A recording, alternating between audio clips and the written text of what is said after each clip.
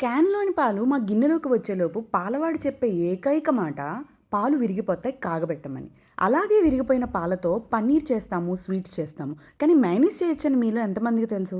Simple అండి.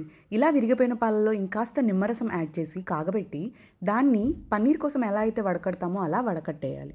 ఇలా వడకట్టేసిన తర్వాత వచ్చిన మిల్క్‌ని కర్రీస్‌లో వాటర్‌కి బదులుగా యూజ్ చేస్తే టెక్స్చర్‌తో పాటు టేస్ట్ కూడా బావుంటుంది. కంప్లీట్‌గా వాటర్ స్క్వీజ్ చేసేసి దీన్ని ఫ్రిడ్జ్‌లో స్టోర్ చేసుకొని పన్నీర్‌లా యూజ్ చేయొచ్చు. అంతేకాదు వేయించిన వెల్లుల్లి రెబ్బలు, జీడిపప్పు, కొద్దిగా చిల్లీ ఫ్లేక్స్, మిరియాల పొడి, సాల్ట్ ఇవన్నీ యాడ్ చేసి 2-3 స్పూన్స్ వాటర్‌తో మెత్తటి పేస్ట్‌లా చేసుకోండి. అంతే షాప్స్‌లో కన్నా టేస్టీ మయోనీస్ మీకు రెడీ అవుతుంది. ఇందులో ఏదైనా ఫ్లేవర్స్ కావాలంటే లైక్ పుదీనా మీరు పేస్ట్ చేసేటప్పుడే పుదీనా ఆకుల్ని యాడ్ చేసుకోవచ్చు.